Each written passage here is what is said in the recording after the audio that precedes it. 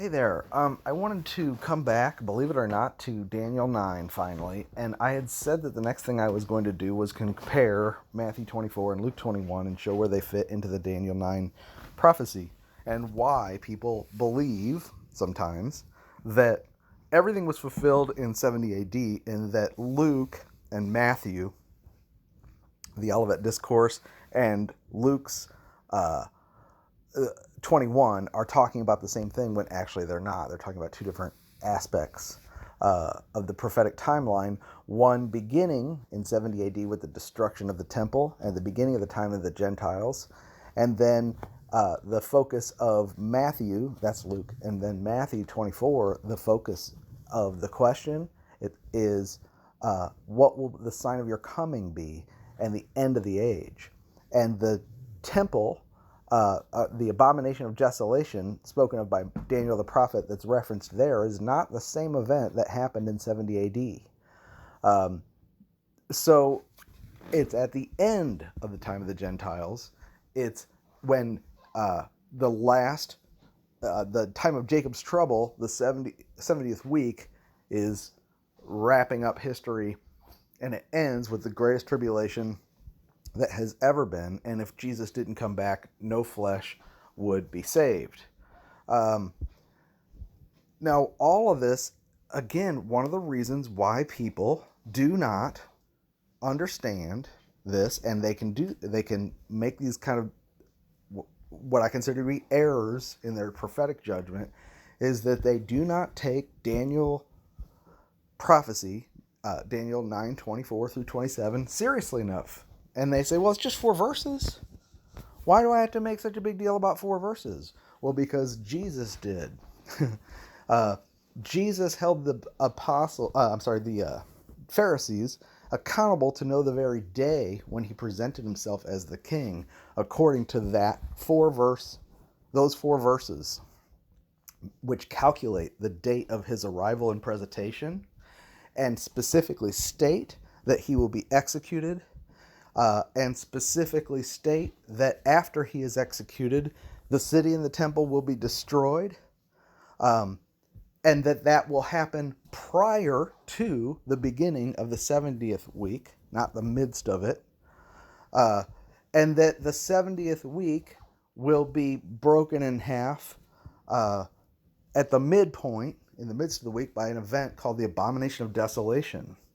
And he refers to it, that event, Matthew 24, and Paul refers to it in Thessalonians. John referred to it in the book of Revelation,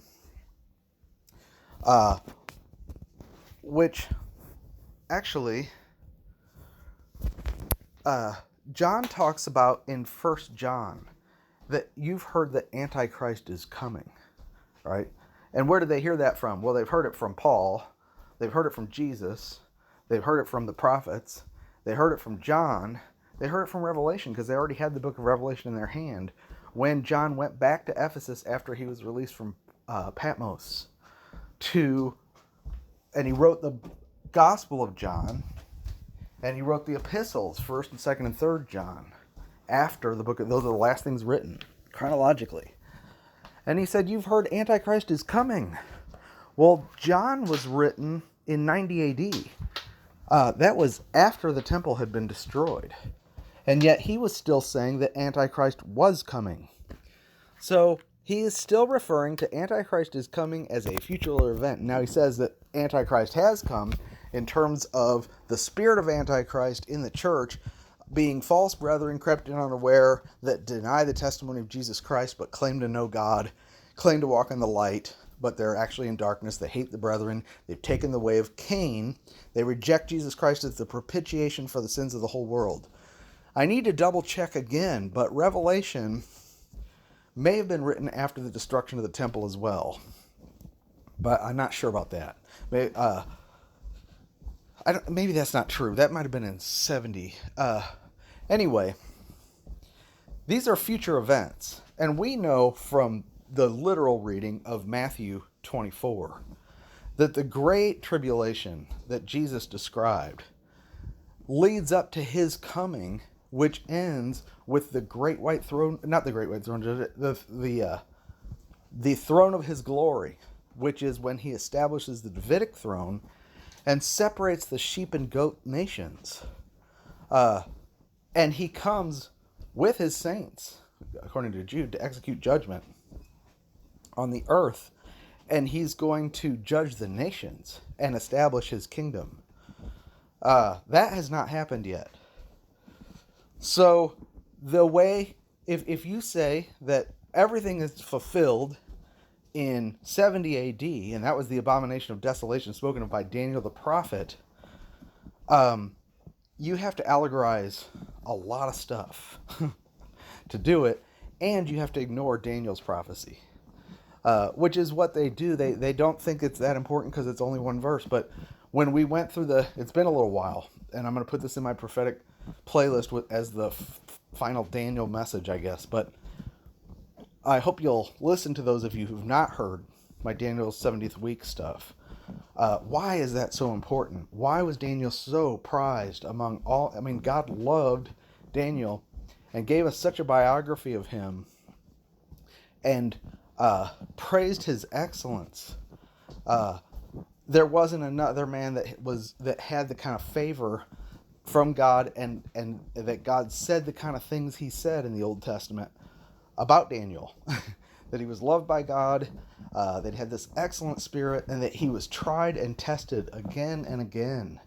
No fault found in him by all the trials he went through. Absolutely faithful by the grace of God, because he was given some of the most important prophecies in the history of the Bible.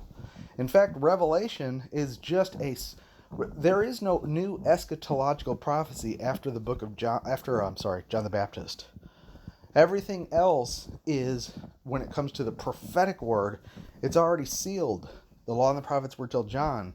But Revelation is just a book of signs that summarize what the Old Testament prophets predicted in signs. And then it's your job as a student of the scriptures to go back and study. Show yourself approved. There's not really new prophetic eschatological stuff in Revelation that you can't find elsewhere in the Old Testament. Even the heavenly city, the city whose builder and maker is God, the new heavens and the new earth, all that. What's new in the New Testament is the mystery of Christ. The church is the body of Christ, the co-heirs with Christ, the heavenly company that will reign with him during the millennium. Anyway, Daniel's visions are the source for Revelation's timings. You know, someone was asking me back then when I was doing those Daniel studies, they were all mad because they're like, I don't see where you get 70th week as a 7-year period except from Daniel. Show me in the book of Revelation. Well, I don't have to show you in the book of Revelation because the book of Revelation points you to Daniel. And so does Jesus. It's your fault for not obeying the Bible and putting the significance on Daniel's 70th week that the Bible puts on it. You know, when the Bible talks about the Great Tribulation, it's talking about a period of exactly a certain amount of days, weeks, and months that are all spelled out in the book of Daniel. And to ignore that is just disobedience. You know, no, there's no new time frame in the book of Revelation that specifies 7 years. Instead, it points to the book of Daniel with all the signs and the visions. You have to go to Daniel to interpret them. And then you discover that times, and half a times, and 3.5 years, and 1260 days are from the book of Daniel. And the phrase Great Tribulation is from the book of Daniel. The phrase Abomination of Desolation is from the book of Daniel. The most descriptions of who the Antichrist is and how he comes to power is in the book of Daniel. Daniel outlines not only the history of the Jewish people, but also the Gentile world empires and their end. He received really the bulk of the truth, and he had sealed up the vision of the prophecy till the time of the end. And he was miserable for what he had seen when he realized how much history was yet to unfold. But we went into all that in depth, and I don't want to cover it again.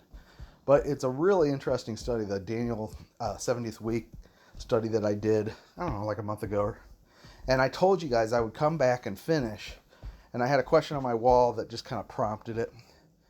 And here was another one that said, I defy someone to prove to me that Luke and Matthew are not the same event. And I'm not going to prove anything to him. But I remembered, yeah, I do need to get back to that. And want to talk about what Daniel's 70th week prophecy covers, and then fit Luke 21 and Matthew 24 into that timeline. Once you've got his outline, then you know where the events fit. Okay, let's get to it.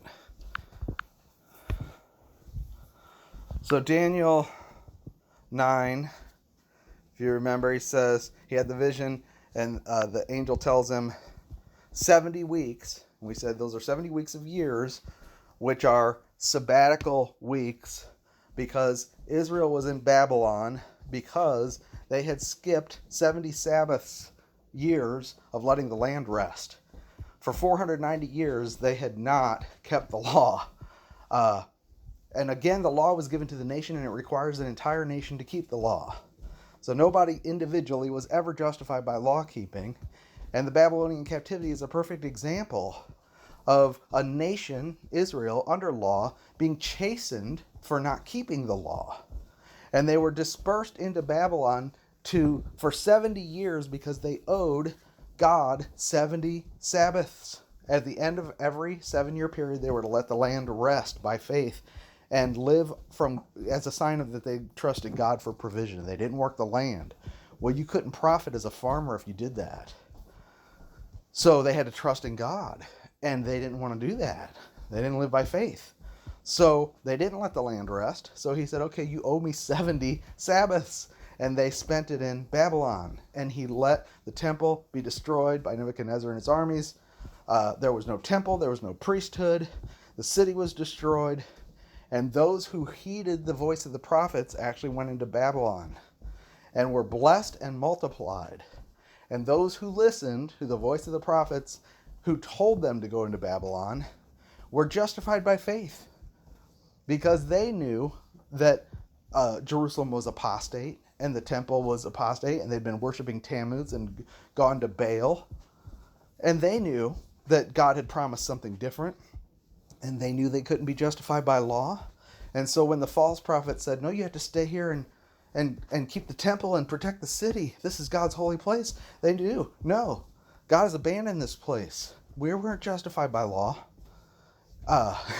So the nation was chastised, temple destroyed, but the individuals who went to Babylon were blessed. How could that be if they're justified by law during that time? They're not. Individuals are always justified by faith. But Daniel gets this prophecy that 70 weeks of years are determined on thy city and thy holy people, Israel, Jerusalem, and those people. And we discover that that's a 490-year period, and that it's broken into two segments, basically. 483 weeks, and then which is, I'm sorry, not 483 weeks, 69 weeks, which is 483 years, and then a 7-year period, or a 70th week, that has been set aside that has not yet begun. Let's see, hold on, let me get to that. Daniel 9. I'm not going to go through all the background again because I already did all this, and I know I got a bunch of new subs. All I can say is go back and listen to those messages if you're interested in this. Part of the reasons my messages are so long is because I've always got new subs, and I always feel like I had to fill in so much background, you know. But he says, Gabriel came, and 70 weeks are determined upon thy people and thy holy city to finish the transgression, make an end of sins, make reconciliation for iniquity, bring in everlasting righteousness, seal up the vision and the prophecy, to anoint the most holy. The most holy is the Ezekiel prophesied temple. Ezekiel had already prophesied that there would be a temple in the millennium, and he gives a description of it that's so detailed that you can build a scale model, just like with Solomon's temple, just like with the tabernacle, just like with the ark of Noah. There are things that are literal in the Bible, and when they're literal, it's literal. You can build a scale model, you can go get the materials and build something, or draw it out. And there's many chapters in Ezekiel dedicated to the description of the millennial temple after Israel is grafted back in and revived, not for their sake, but for his holy name's sake, that he sanctifies in the midst of the nations by saving Israel. Even though they profaned the nations wherever they went, because they said, these are the people that have gone out from the land, they profaned his name because it makes it look like God's not faithful to his covenant. And that shows how important the covenants are to God. And the new covenant for Israel is literal. And the return of Israel and the rebuilding of and their temple, the millennial temple, is all part of what's called the new covenant for Israel, which is also for the nation, and it's a replacement for the law, which was for the nation. And when Daniel was receiving this prophecy, he surely thought, because the 70 years are up, he knows from Jeremiah's prophecy, he's been studying the scriptures, he's a prophet, he studies the scriptures, and he knows they're literal, and he knows 70 years is up, so he starts to pray. He identifies himself with the nation and prays for the sins of the people in sackcloth and ashes, which he didn't have to do because he was righteous and he was blessed. He could have just stayed in Babylon. He's the president. He's the president of Babylon, and yet he identifies himself with the curse of the law. He says, we're cursed. Why? Because he has a dual status, and that's something we don't understand because we are not in a theocracy. As an individual, he's blessed and justified, an heir. But as a citizen of the nation, someone who desires for the kingdom to come, he considers himself cursed. Just like Paul counts all things lost for the excellency of the knowledge of Christ, just like Moses considered it not a treasure to be a prince in Egypt, but rather suffered the afflictions with the people of God. And Abraham and Isaac and Jacob dwelt in tents rather than being rich princes in Babel, because they looked to a city whose builder and maker is God. They looked to the kingdom. And Daniel didn't care he was president in Babylon. He wanted to go home because he'd received the prophets' writings, and especially the glorious writings of Ezekiel concerning their temple. And he's got that in mind to go back and rebuild. And I'm sure he's thinking, this is the chance we get to go back, and now we'll have the kingdom, because God had done all these glorious promises. And unfortunately for Daniel, what he finds out in this prophecy, and he gets sick afterwards, he's miserable. And it's because he finds out that there's this huge gap of history to be fulfilled, that it's not going to happen in his lifetime, that he's not going to see the most holy anointed. So here when it says to bring in everlasting righteousness and seal up the vision and the prophecy and to anoint the most holy, that's talking about the millennial temple that Ezekiel prophesied, which Daniel would have had his eyes set on, the eyes of his heart. Yes, the kingdom's coming, the Ancient of Days with his throne, and he finds out in this prophecy that actually, yeah, there's going to be another temple built. You are going to go back and rebuild. But guess what? That one's going to be destroyed too. And then there's going to be another temple that's going to be abominated. And that one's going to be destroyed.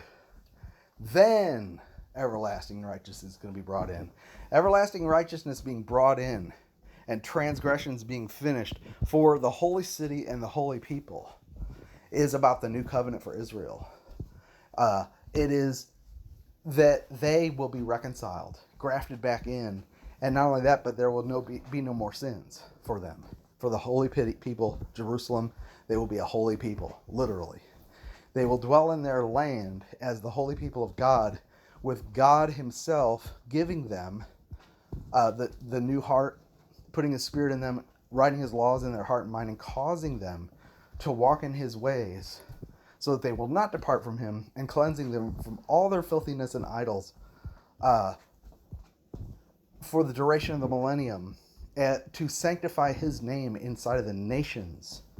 That has nothing to do with the church. That's talking about Gentile nations seeing Jews brought back into their land and sanctified and walk in a holy way where there's actually a terraformed planet and Israel is exalted above the mountains because of this great earthquake that happens, according to Zechariah. And the king rules the nations with a rod of iron, according to the Davidic covenant, with his people, the house of David, the house of Judah and Israel. And there's a new covenant, and sins have been removed from them, and everlasting righteousness has been brought in for them. And yet we know during the millennium, for the Gentiles at least, sin is still a factor. If they don't come up to Zion for the feast, rain won't come on Egypt. And then at the end of the millennium, there's a final rebellion. You say, why is all that? Why is Satan let out one last time for a final rebellion? Because there's all these people that survived the Great Tribulation who go in to populate the kingdom, and they have children who live 1,000 years in this idyllic world, a restored earth where the cities have been rebuilt, literally. They'll spend time actually rebuilding the waste places, like it says in Isaiah and other places. And they'll live there at peace during the millennium reign, where Messiah Jesus will reign from the throne. Israel will be exalted. But those people will need to be saved too by faith, not by force. People born during the millennium are not going to be forced to be saved. They're given a chance as well, just like we are. But their condition is idyllic. Ours is in all this sin. Aren't they going to struggle to believe that this God King with the throne of exalted throne, the rod of iron, and his resurrected king priests, and they're all serving and bringing gifts to this exalted nation? They may suspect after a while that they've got an unfair situation, and apparently that's what Satan's going to tell them, because he's going to go forth and deceive the nations again, one last time, so that all those who did not believe that Jesus Christ really died for their sins and rose from the dead for their justification will perish, just like in any other time. You still have to believe the gospel. See, that's the thing. The whole setup from the fall till now and into the future is to show that as long as man and God are not one, in union, the only way for man to be justified is to be justified by faith, and God is vindicated under every situation, demonstrating that this is the way. Whether it's a theocracy with God's presence, but you have to have the priesthood and sacrifices, and you're looking forward to, and you're under law, and you've got a schoolmaster to lead you to Christ, or you are living in a utopia where everything is beautiful and you've never even seen anybody get sick of a plague. You don't even believe it. How are they going to believe that this God King died for them? Well, there's going to be a memorial sacrifice with a memorial temple, like a museum. And he's going to teach them the law and the prophets from Zion. And they're going to be required to go up and be instructed and instruct their children to give them a chance to believe. It's the gospel during that time. There's a gospel in every generation, and that's the gospel at that time. They'll have Jesus on the throne, but will they really believe he died for their sins? They'll have to believe if they want to be saved, because he's going to make a new heavens and a new earth. So the millennium is the time window he cleans everything up and he does everything absolutely righteous. The reason there's a millennium is because there's a tribulation, and there's survivors of the tribulation, the sheep nations, who get saved and go into the millennium as mortals. He doesn't transfigure them. They go in as mortals to a real kingdom on the earth. And they have children. And the question is, how do their children get into the new heavens and the new earth? When they grow up and become accountable, are they forced into eternity with this God they don't trust? Or do they come to trust in Jesus Christ? And by believing the gospel, they'll receive the Spirit and become part of the building, so that in the ages to come, when Christ delivers the kingdom up to the Father, and God is all in all, and the new Jerusalem comes out from the God and dwells in the new heavens and the new earth, There will be no human beings left that don't trust God and don't know that Jesus purchased them with his blood. There will be nobody in there that didn't choose it and wasn't won by being persuaded by the gospel that God is not a liar and that he's true and can be counted on. So he is vindicated. He is shown as righteous through all of this. So that for eternity, his kingdom is a kingdom built on trust. That's why it had to go this way. Why he had to allow the fall. Why he even has to allow the final rebellion. You say, why are you saying all this? Well, because the end of the prophecy of the 70th week ends with the anointing the most holy and bringing in everlasting righteousness for Israel. But that doesn't cover the nations. This is a prophecy that is focused specifically on thy people, on thy holy city. Salvation is to the Jews first, then to the Gentiles. Well, you say, well, the church got saved. We're Gentiles. No, we're not Gentiles. The message went out to the Gentiles, and then from among the Gentiles, we were baptized into Christ. And we are made members of something new in which there's neither Jew or Greek. But Christ is all in all. We're part of something called the mystery that had not been revealed in the prophets and is not discussed in Matthew 24 or in Luke 21 or in Revelation 13 or in Daniel 9. We are one with Christ, co-heirs together with him. We're a different breed altogether, a mystery hidden in God's heart. So there's this distinction, the Gentiles, the blessing of Abraham that comes to the Gentiles eventually, because he says, in you all the nations will be blessed, is during the millennium when Christ is ruling from the throne and all the nations are in a blessed situation because of the exaltation of Israel. And that salvation comes to Israel first. The manifestation of salvation. See, we have been saved. We've been regenerated. We received the Spirit. And we are the sons of God. But it is not yet manifest what we will be. Our life is hid with Christ in God. We have a treasure in an earthen vessel. We know that when we see him, we shall be as he is. And when Christ is manifested, who is our life, we will be manifested with him in glory. And the kingdom is for the manifestation of God's salvation. Right now, we're saved, but it's a hidden salvation. The way I know you're saved is that you believe the gospel. In that day, the way you'll know I'm saved is because I look like Jesus. I'm resurrected and glorified. And how will you know an Israelite is saved? Because they're going to be a totally different kind of people. And that's prophesied all the way through the whole scriptures where people will say, these are one of the holy people of God. And they will be priests of God in a very unique way with this outpouring of the Spirit that's just continual. And the first fruit of that group is the 144,000.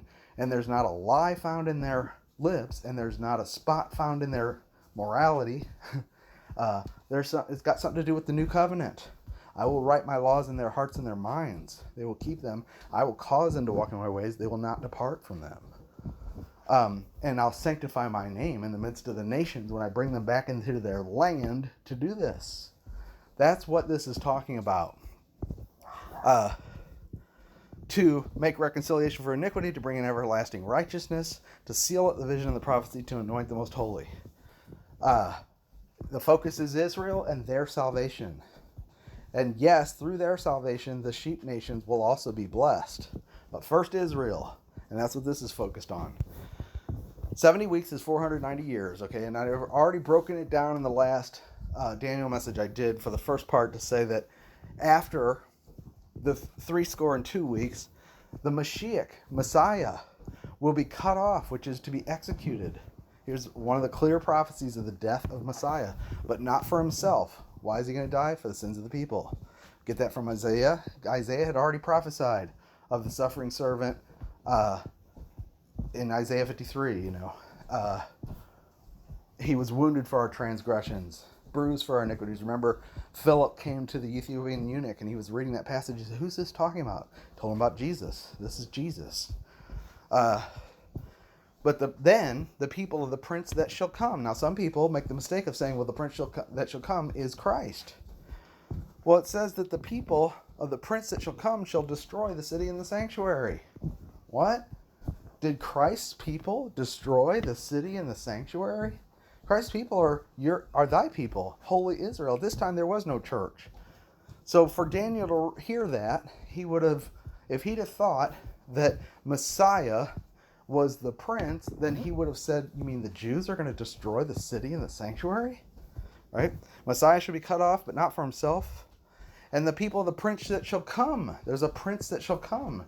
Now, if this was the only reference to this person in Daniel, we'd be confused who that person was. But there are like tons of references to the prince, the dark prince that shall come, the little horn of Daniel, the man of sin. We know who that is. But his people, before he comes, will destroy the city and the sanctuary. When? After Messiah is cut off. When is that? After 62 weeks. Okay, now these 62 weeks, I skipped a verse, I'm sorry. Know therefore and understand that from the going forth of the commandment to restore and build Jerusalem. See, he's in Babylon. The city is in waste. The temple is destroyed. And he's prophesying now that it's time to rebuild. Now, he just said to anoint the most holy, which for Daniel would have been, yes, Ezekiel 48. Praise God, here we go. Okay, nope. Because he says, no, this prophecy actually is broken up into pieces. And you're not going back for that temple. There will be a command to restore and rebuild Jerusalem.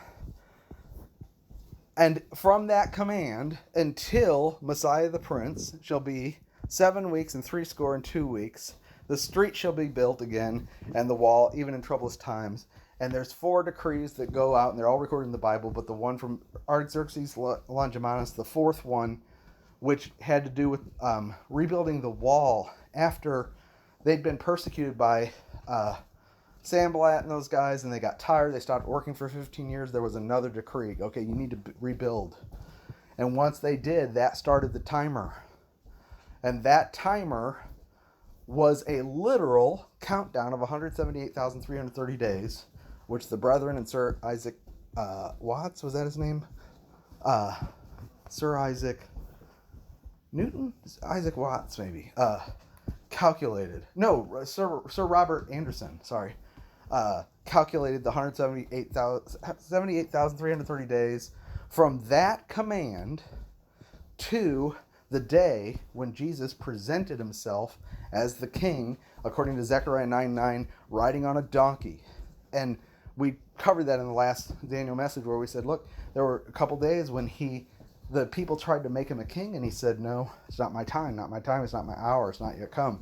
Then one day he said, go get a donkey, it'll be waiting for you, tell him the Lord needs it. And it was a perfect example of predestination where all the arrangements are there. He's coming into the city, the people are laying down palms saying, Hosanna, blessed is he who comes in the name of the Lord, which is the messianic praise from the psalm. And the Pharisees knew what it meant because they said, rebuke your disciples. And he said, if these didn't cry out, the rocks would cry out. This is my day. And then he wept over Jerusalem, and he said, because you've missed this, the day of your visitation, the things which make for your peace are hidden from your eyes.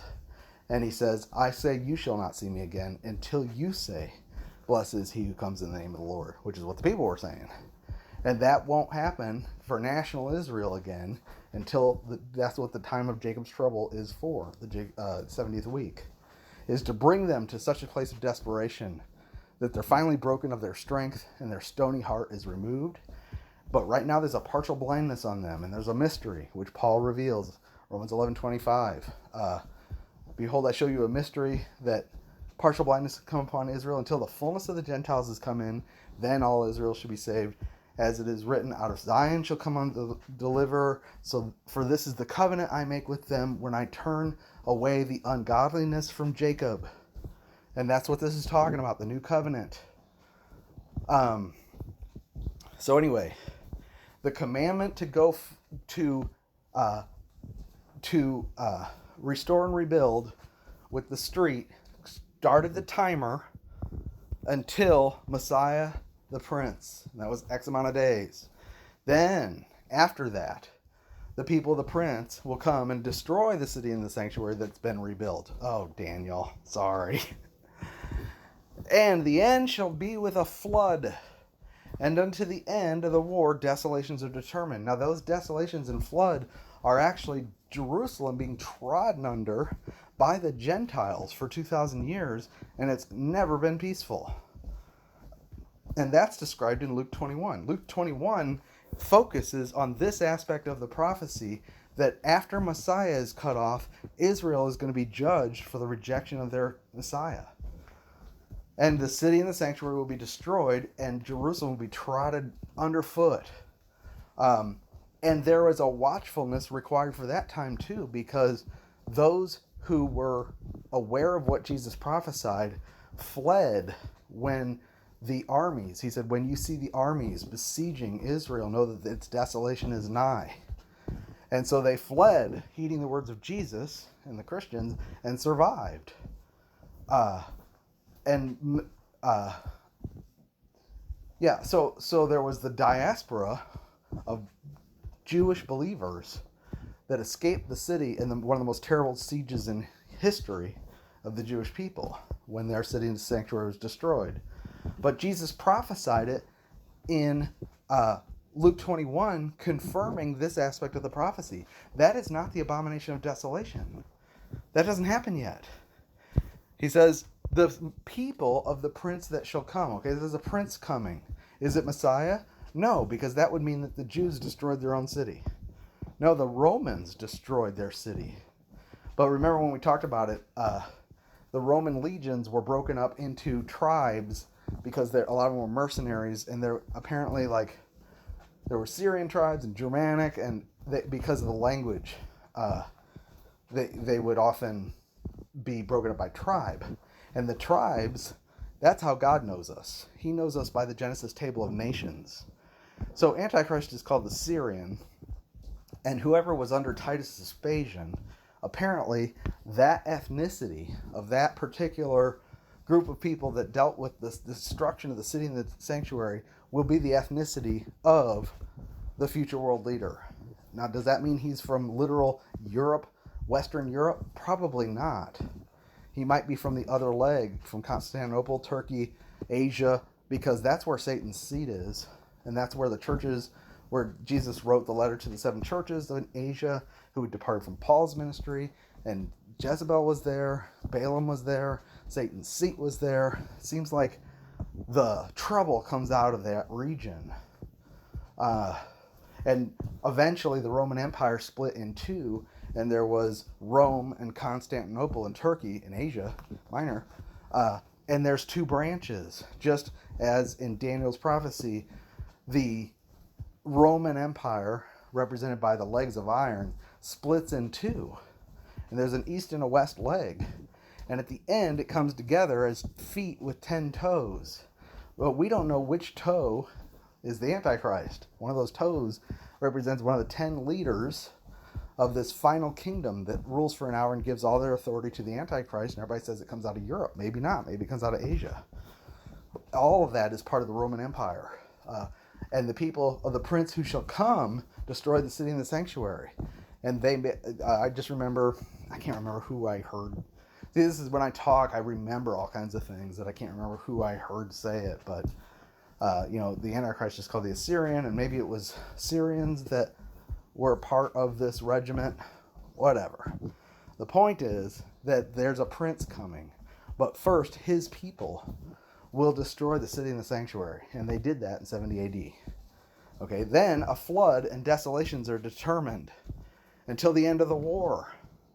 What war? Maybe the Magog invasion referred to Ezekiel 38 and 39, which seems to occupy the first half of, some point during the first half of the tribulation, and really reconfigures the world order and looks apocalyptic. The world will think that something supernatural has happened because the Russian armies and all the Persian armies will be destroyed supernaturally by God himself, and yet Antichrist will rise on the scene and maybe take credit for the victory because he's presenting himself as Messiah, and he will look like he has put down a false Messiah, an Antichrist. Remember, Daniel says that he's going to kill 3 leaders It's going to be very dramatic. We can't really understand that time, and we shouldn't write letters to people about it because we don't know what it'll be like. We can't give them any instructions. Just believe the gospel, you know? Anyway,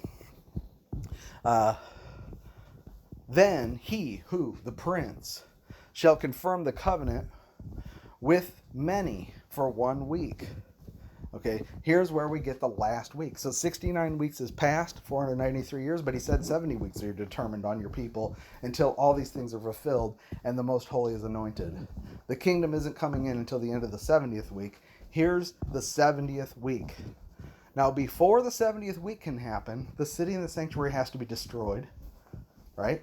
And Messiah has to be cut off. Now, what a lot of people like to do is say that the Messiah was actually cut off at the midpoint of the 70th week. Because he says they assume that he shall confirm the covenant. That must be Christ. Confirming the new covenant with many for 1 week. And they'll say that's the first half of his ministry for 3.5 years. And then in the midst of the week, he will cause the sacrifice and oblation to cease. And they'll say, so that is when Jesus died and now there's no more sacrifices. Okay? But here's the problem. He already told us that this is in the midst of the 70th week, and Jesus died before the 70th week. The Messiah was cut off back here after 62 weeks, after 7 weeks, and then the street and the city shall be built again, and the wall in troublous times, and that'll set a timer until Mashiach Nagid, he presents himself. He's rejected by the people, and he's cut off for their sins. He died for the redemption of the transgressions of the first covenant. He died for the nation, and he died for the sins of the world. So that's Messiah being cut off. And then the people of the prince that shall come, which is somebody different, destroy the city and the sanctuary. This is all between the 69th week and the 70th week. Okay? It's not happening in the middle of the 70th week. The 70th week is suspended for an indefinite time, characterized by a flood. The end thereof shall be a flood, and unto the end of the war desolations are determined. And he shall confirm the covenant. Who? Antichrist, the guy whose people destroyed the city and the sanctuary. He's going to confirm a covenant. Now, he's confirming a covenant that already exists with the many. Now, I happen to believe that he arises to the scene and not everybody knows who he is. Not everybody's going to know it's the Antichrist. He's going to be one figure among many vying for power, and he will be one among many that will confirm some kind of covenant. There will be a lot of people confirming the covenant. He'll be one of them. He comes in through deception. He doesn't come out and announce he's Messiah, Antichrist, nor does he come out and announce immediately that he's a Christ. He comes as a political leader using politics and flattery and intrigue to make his craft prosper, and destroys many through peace, and he wages war against the saints through all kinds of intrigue. But it all culminates when he arrives at the temple and declares himself to be God, and that's called the revelation of the man of sin at the midpoint of the tribulation. Or the midpoint of the 70th week, I'm sorry. Now, before he comes, the false prophet is there. A prophet is someone who announces somebody that's coming. And the false prophet's going to be calling fire down from heaven, pretending to be Elijah, most likely. He comes from the land, which means he's accepted by the Jewish people as a prophet. And the Antichrist will arise out of the sea, which is the nations. But he will be he will be extolled and made great by the false prophet, who's a second beast. People forget there's two beasts. And the false prophet's work is just as prolific as the Antichrist. Antichrist is actually relatively short. The false prophet's the one who does most of the signs and miracles and deception. But anyway, the first half of the 70th week is characterized by this leader confirming a covenant. And you might not know when that covenant's confirmed if you're on the earth. Don't think that everybody's going to suddenly know the 70th week has started. Okay, yes, there are seals opened up in heaven and things are happening in heaven, but there's a resting period on the earth for the 144,000 to be sealed, I can't get into all that, but Revelation 6 through 19 are a breakdown of the time frame of where the different prophecies that belong to the 70th week line up in order. It takes a lot of study to put that together, and not everybody has it complete because it really belongs to the people who lived during that time. It doesn't belong to us. But all those prophecies are in the scriptures, and they take up about 2/3 of the Bible, 2/3 of the Old Testament. There's a lot of scripture yet to be fulfilled that you have to do away with and allegorize if you say all this happened in 70 AD. Okay. So the 70th week has not yet happened yet, we believe. The city and sanctuary has not yet been rebuilt. We believe there must be something. Now, I don't know if there'll be they're all excited about building the Millennial Temple, and that's a Zionist conspiracy, but we know that in order for them to have a sacrifice, and it'll be an abomination, it will be an antichrist sacrifice for sin that believing Jews will not participate in. So don't think that as a Christian you need to support Israel and building a temple for Antichrist. That's like saying I'm supporting the next Holocaust, because he's going to betray his people. It's a covenant with hell. He's going to betray those people, and he's going to persecute them mercilessly, and there'll be a Holocaust where 2/3 of them die. Worse than the time of Hitler. So you don't want to support that. You don't. To believe the prophecy does not make you a Zionist. It should not make you a Zionist. God prophesied to the mountains and said, I'll bring the people back, but they'll be in unbelief. We shouldn't have anything to do with them as God's people until we see believing Jews, and then they become members of the body of Christ. This is why we have to see that the church and Israel are mutually exclusive. They can't be on the same earth at the same time. It's like the chess clock, As long as the one timer is going, the other one is stopped. And it has to be that way, or you bleed dispensations and get yourself confused about who you are and what your role is. We don't want to do that, and God doesn't want us to either. But he's going to confirm the covenant with many for 1 week. And in the midst of the week, at the midpoint, he will cause, who will? The prince, whose people destroyed the city and the sanctuary, not Messiah. In the middle of a 7-year period, a literal 70, the 70th of the weeks, a sabbatical week, a literal 7-year period, there will be the ceasing of a sacrifice. And apparently the covenant is going to allow for there to be a sacrifice. So there must be something, either a tabernacle or some way, because they have according to their priesthood, they have a special way they have to, it has to be in the spot where God set his name, and it has to be according to the priesthood with its rights and with the right attire and with the right, you can't just do it willy-nilly. Otherwise they would have already done it. Just go kill an animal up there. No.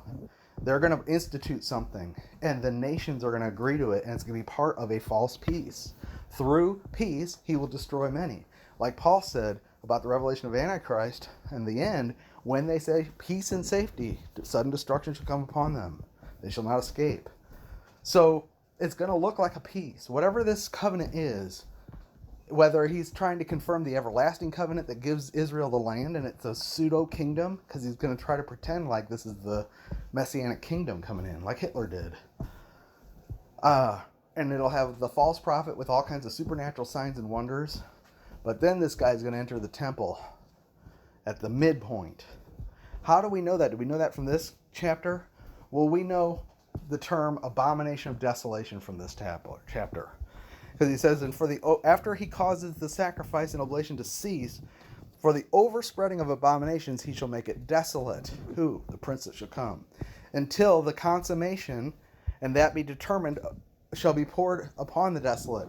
Now the problem is, when Jesus says, when you shall see that, the abomination of desolation spoken of by Daniel the prophet, he's speaking of this verse, but the New Testament in the King James relies on the Greek, for the Old Testament quotes, relies on the Septuagint, the Greek Septuagint. No, I'm sorry, it does not. It relies on the Greek Septuagint. So they quote the Greek Septuagint, but in the King James, when you get to the Old Testament, you actually read it, they use the Hebrew Masoretic text and translate it directly to English. So there seems to be a mismatch whenever you read the prophecies in the Gospels and it says, thus was the prophecy fulfilled, such and such and so and so. And you read it and you go, and then you go back to the original language in the Old King James Old Testament, you go, well, that's not what that says. The verbiage is different. That's because the New Testament was written quoting the Luke, Matthew, Mark. They quoted the Septuagint, which is what was available to them mostly at that time. It had been translated while they were in Babylon into Greek, and that was widely available. But the King James went back to the Hebrew Masoretic for the Old Testament, so there's a language mismatch. And yet, this is what he's talking about, the abomination of desolation. Here, out of the Hebrew Masoretic, it's the overspreading of abominations, he shall make it desolate, even until the time of consummation, determined, shall be poured upon the desolate. Now, Jesus said, when you see the abomination of desolation spoken of by Daniel the prophet, let him who reads understands. I mean, you're supposed to study this. You're supposed to study Daniel the prophet and understand what he says, literally. And then you need to run. Right? He says, let them who are in Judea flee into the mountains. They are watching for a specific event. See, there's all these different watches. We're watching for, not an event, but for the day star rising in our heart. Through the prophetic word by the knowledge of Jesus Christ as we guard our crown. That's the church is watching. We're not watching for an event. We are watching for a season, which we're in, and then we're watching for the day star by guarding the testimony. But the Jews in Luke were to watch for the siege of Jerusalem to escape. And then in Matthew 24, they're to watch for the abomination of desolation to escape. And the minute they see it, they're to flee. Apparently they have a window there where there's an earthquake that will split the Mount of Olives, and they're going to run and flee to the wilderness. And we talked about that in the prophecies as we studied it from Zechariah last time. And that's where it's like, pray that you may be counted worthy to stand before the Son of Man and escape the things. What things? Well, the persecution of the Antichrist and the things coming upon the earth. How are you going to escape? Is that a rapture verse? No. This isn't talking about the rapture of the church. This is talking about the escape of Israel from what's coming on them because of the betrayal that happens because of the covenant with hell and the betrayal by Antichrist when he sets up the abomination of desolation in the temple. And that's an event that the whole world's going to see, according to Revelation 13. Everybody's going to see it. Everybody's going to be involved. All people, great and small, rich and poor, free and bond. It's going to be some kind of public, networked event. And they're going to know that at this instant, I'm to take Daniel literally, and Zechariah literally, and Matthew 24 literally, and I'm to literally run. And pray that you don't be pregnant, and pray that it's not winter. In other words, you're going to have to run fast, and you better hope it's not cold. And hope it's not on the Sabbath, because you're not going to be allowed to be running around on the Sabbath. See? It's literal. It's for Israel. It's for the remnant to escape who believe in Jesus Christ and believe the testimony of the prophets. During a time when the nation has apostatized, and he said, I come to you in my Father's name you won't receive. There's another coming in his own name, in him you will receive. And they're going to receive the Antichrist and kiss Baal. And it will be the destruction of Israel. It will be their final judgment for unbelieving Israel. But the salvation of believing Israel who see him who they've pierced and mourn for him and actually are reunited with the Son of Man in Edom. Okay, I want to come back and do this as a second part. The dogs are going nuts, and I'll talk to you later.